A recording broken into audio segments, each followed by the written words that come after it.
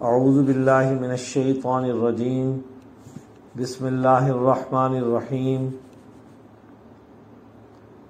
وَلَقَدْ أَرْسَلْنَا رُسُلًا مِّن قَبْلِكَ وَجَعَلْنَا لَهُمْ أَزْوَاجًا وَذُرِّيَّةً وَمَا كَانَ لِرَسُولٍ أَن يَأْتِيَ بِآيَةٍ إِلَّا بِإِذْنِ اللَّهِ لِكُلِّ أَجَلٍ کتاب۔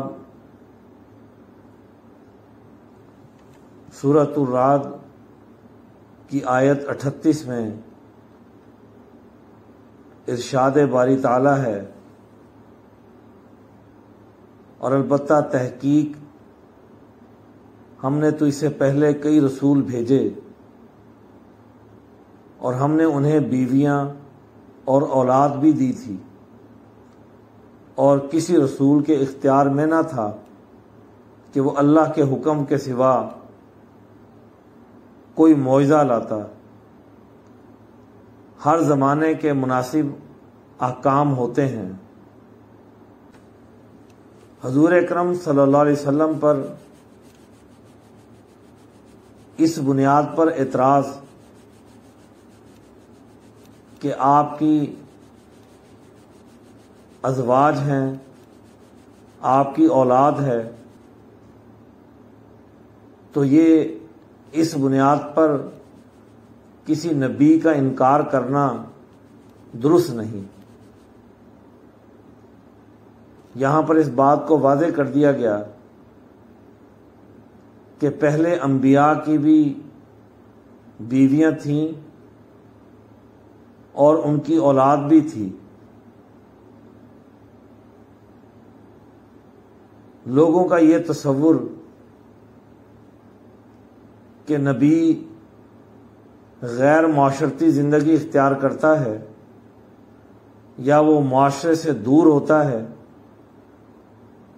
یہ بعض مذاہب کے ہاں انبیاء کے متعلق افراط اور تفرید کا نظریہ پایا جاتا ہے۔ تو یہاں پر واضح کر دیا گیا کہ نبی بھی تمہیں میں سے ہوتا ہے، اور وہ ایک معاشرتی زندگی اختیار کرتا ہے کہ فرشتوں میں سے کسی کو نبی بنا کر بھیج دیا گیا ہو۔ ظاہر ہے کہ جس جنس کی تربیت مقصود ہے وہ اسی جنس میں سے ہو تو لوگ اس کی پیروی کرتے ہیں۔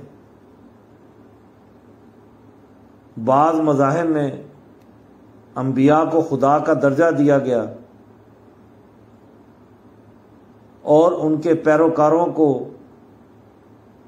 بھی یہ اجازت نہیں کہ وہ بھی معاشرتی زندگی اختیار کریں۔ ان کے ہاں راہبانہ زندگی اختیار کرنے کی اجازت ہے، اور اسے ہی مقدس سمجھا جاتا ہے کہ جو شادی بیاہ اور دیگر معاملات سے اپنے آپ کو دور رکھے۔ دین اسلام ایسا مذہب نہیں ہے، وہ دین فطرت ہے۔ انسان اسی سے رہنمائی لے سکتا ہے جو اس جیسا مزاج رکھتا ہو۔ ہاں، یہ ضرور بات ہے کہ انبیاء علیہم السلام انسانوں میں سب سے اعلیٰ درجے پر ہوتے ہیں، وہ اخلاق کی تکمیل کرتے ہیں۔ انسانی فطرت جن اصولوں پر قائم ہوتی ہے وہ اس فطرت پر ہوتے ہیں، وہ انسانی فطرت کی حقیقی نمائندگی کرتے ہیں۔ اس لیے یہاں پر اس بات کو واضح کر دیا گیا کہ پہلے انبیاء کی بھی بیویاں تھیں اور ان کی اولادیں بھی تھیں، اور یہ ایک فطری بات ہے کہ انبیاء بھی معاشرتی زندگی اختیار کرتے ہیں اور اسی معاشرے کے اندر زندگی گزارتے ہیں۔ اور دوسری بات کی وضاحت بھی یہاں پر یہ کی گئی کہ یہ جو لوگ آپ سے نشانیاں مانگ رہے ہیں، یہ نشانیاں نبی اپنی طرف سے لے کر نہیں آتا، یہ نشانیاں اللہ کے حکم سے ہوتی ہیں۔ اللہ کے حکم کے بغیر نبی کچھ نہیں کرتا، نہ کوئی معجزہ دکھاتا ہے اور نہ ہی کوئی حکم دیتا ہے۔ یہ معجزات اللہ کی طرف سے ہوتے ہیں اور ہر دور کے تقاضوں کے مطابق ہوتے ہیں۔ اس زمانے کے جو مناسب احکامات ہوتے ہیں، جس کو روح اثر کہا جاتا ہے، کہ ہر زمانے کی روح کے مطابق اللہ کی وحی کو سمجھنا، اللہ کے احکامات کو سمجھنا یہ ضروری ہے۔ معجزات بھی ہر زمانے کے تقاضے کے مطابق ہوتے ہیں۔ اگر جادوگروں کا زمانہ ہے تو پھر موسیٰ علیہ السلام کو جو نشانی دی گئی وہ ان جادوگروں پر فوقیت کے حوالے سے دی گئی، اور اگر طبیبوں کا زمانہ ہے تو پھر حضرت عیسیٰ علیہ السلام کو وہ معجزہ عطا کیا گیا، وہ نشانی عطا کی گئی کہ جس کے نتیجے میں وہ بیماروں کو ٹھیک کرتے ہیں، اور اس طرح ان کی تمام طبیبوں پر برتری ہو جاتی ہے کہ اس کائنات میں جو حقیقی قوت کار فرما ہے وہ اللہ تعالیٰ کی ہے۔ اللہ نے انسانوں کو جس قدر صلاحیت دی ہے، انسان اتنا ہی کام کر سکتے ہیں، اور انبیاء کو اللہ تعالیٰ اجازت دیتے ہیں تو وہ انسانی عقلوں کو حیران کرنے والا معجزہ دکھا دیتے ہیں۔ اس آیت کی روشنی میں یہ بات واضح ہو گئی کہ معاشرے سے کٹ کر رہنا یہ کوئی درست عمل نہیں۔ اصل چیز یہ ہے کہ معاشرے میں رہا جائے، معاشرتی زندگی اختیار کی جائے، شریعت کے اصولوں کے مطابق سماجی زندگی کو گزارا جائے، اور اگر معاشرہ مہذب نہیں تو رسول اکرم صلی اللہ علیہ وآلہ وسلم کی سنت پر عمل کرتے ہوئے معاشرے کی تہذیب کی جائے۔